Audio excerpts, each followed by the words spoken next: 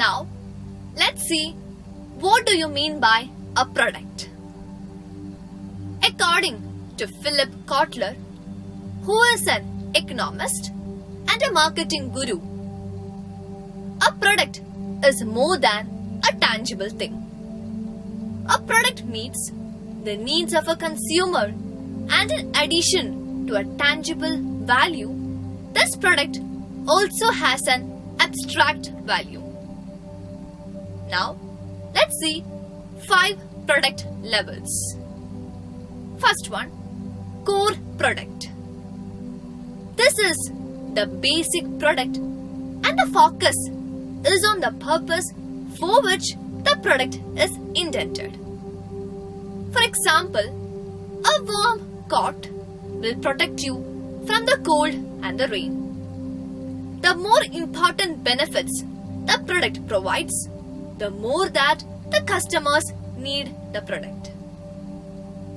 A key element is the uniqueness of the core product. This will benefit the product positioning within the market and affect the possible competition. Second one, generic product. This represents all the qualities of the product. For a warm coat, this is about fit, material, rain, repellent ability, high quality fasteners, etc. Third one, expected product. This is about all aspects the consumer accept to get from their purchase a product. That coat should be really warm and protect from the weather and the wind and be comfortable when riding a cycle. Fourth one, augmented product. The augmented product refers to all additional factors which sets the product apart from that of the competition. And this particularly involves brand identity and image. Is that warm coat in style? Its color trendy and made by a well-known fashion brand? But also factors like service, warranty, and good value for money play a major role in this. The goal is to deliver something that is beyond an expected product.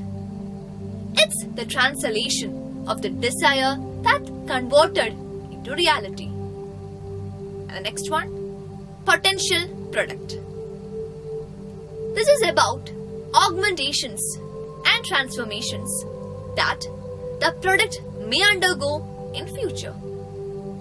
For example, a warm coat that is made of a fabric that is as thin as paper and therefore light as a feather that allows rain to automatically slide down. So, what is it? It's base product, expected product, augmented product, and potential product.